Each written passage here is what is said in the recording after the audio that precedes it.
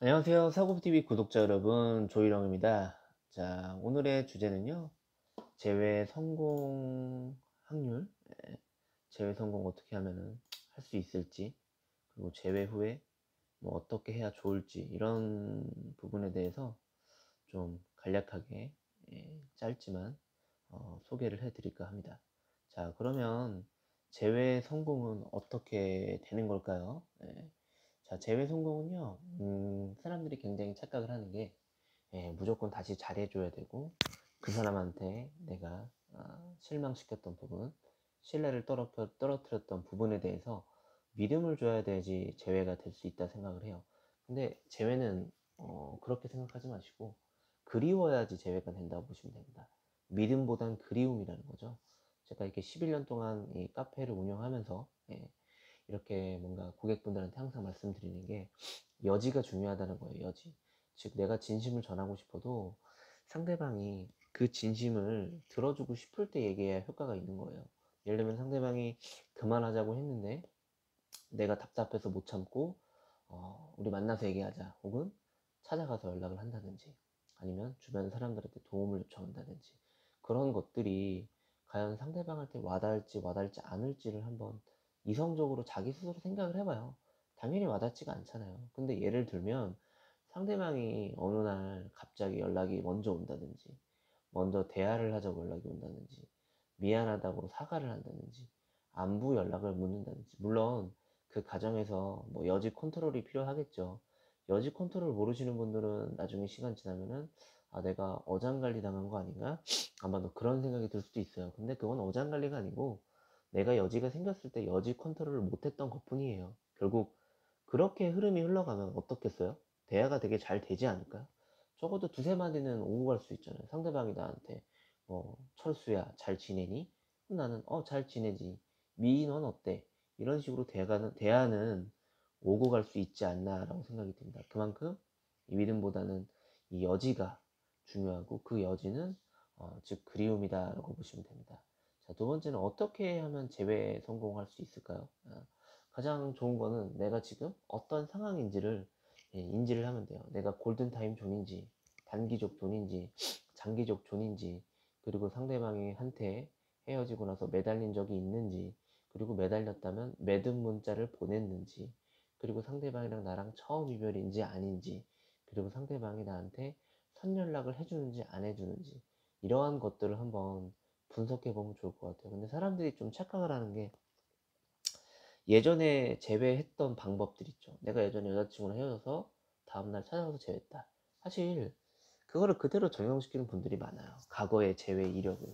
근데 물론 케이스 바이 케이스이긴 하지만 저는 정석대로 말씀을 드리면, 그렇게 상대방이랑 저번에 했을 때의 마음가짐과 지금 또 헤어졌을 때 마음가짐이 저는 다르다고 보거든요.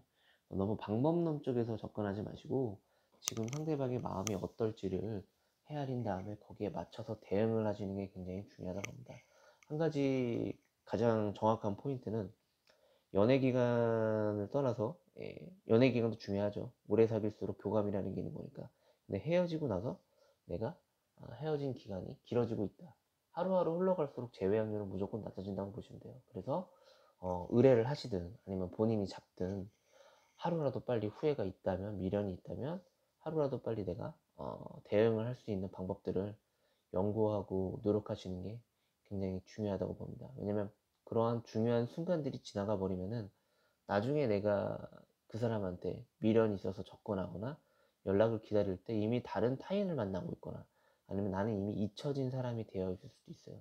이 영상을 보는 대부분의 사람들도 전 애인을 잡기 위해서 보시는 거지, 전전 애인, 전전전 애인, 전전전전전 애인 보려고 하는 거 아니잖아요. 자, 그러면 재회 성공하고 나서 어떻게 해야 오래 갈 수 있을까요? 사실 이렇게 안정기 가는 게 굉장히 중요하죠. 안정기 가려면 제일 1번은 그건 것 같아요. 감정 소모 일으키지 말자. 그리고 상대방이 싫어하는 행동하지 말자. 상대방이 나랑 다시 만나준 건 나에 대한 믿음은 없어요. 대신에 마음은 있는 거죠. 근데 그 마음을 의심해요, 사람들이. 예전 같지 않아서 연락도 늦게 와서 나보다 인스타그램을 더 하고 유튜브를 더 하고 친구들을 더 만나는 마음이 섭섭하고 서운한 거예요. 그러다 보면 내 자존감이 낮아지다 보니까 그걸 상대방한테 표현하다 보니 그게 계기가 돼서 헤어지는 경우들이 거의 대부분이죠. 결론적으로 상대방은 나를 사랑하지 않는 게 아니에요. 다만 내가 이 사람한테 믿음을 못 줬기 때문에 안정기까지 가기 위해서 상대방이 나한테 싫어했던 행동을 반복하지 않으면서 감정 소모를 일으키지 않는 기간이 뭐 일주일, 한 달, 두 달 이어지면 오래 갈 수밖에 없습니다. 결국 오래 간다는 거는 결혼까지 갈 수 있다는 거죠. 이렇게 생각해 보세요. 깨진 그릇을 본드로 붙였는데 그 본드로 붙일 때 어떤 본드를 쓰느냐, 그리고 그 그릇을 본드로 붙일 때 어떤 과정이 있었느냐, 그리고 본드로 붙이고 나서 그 그릇을 안 깨지고 오래 사용하려면 어떻게 해야 될지. 결론적으로 안 쓰거나 조심스럽게 쓰는 방법입니다. 자, 자, 아무튼 재회도 중요하지만 재회 후도 중요하다는 거 말씀드린 거고, 지금 이 영상이 그래도 여러분한테 조금이라도 도움이 되셨다면 좋아요, 구독, 추가, 댓글, 알림 부탁드리고요. 헤어지고 나서 많이 힘드시죠? 힘든 마음 이 영상을 통해서 1%라도 희망을 좀 찾으셨으면 좋겠습니다. 그리고 제가 네이버에서 사랑은 고백에서부터라는 카페를 운영합니다. 11년 정도 운영을 했고요. 가보시면 이제 5만 명 회원 정도 분께서 남겨주신 성공 사례 상담 후기들이 뭐 25만 개 정도 있습니다.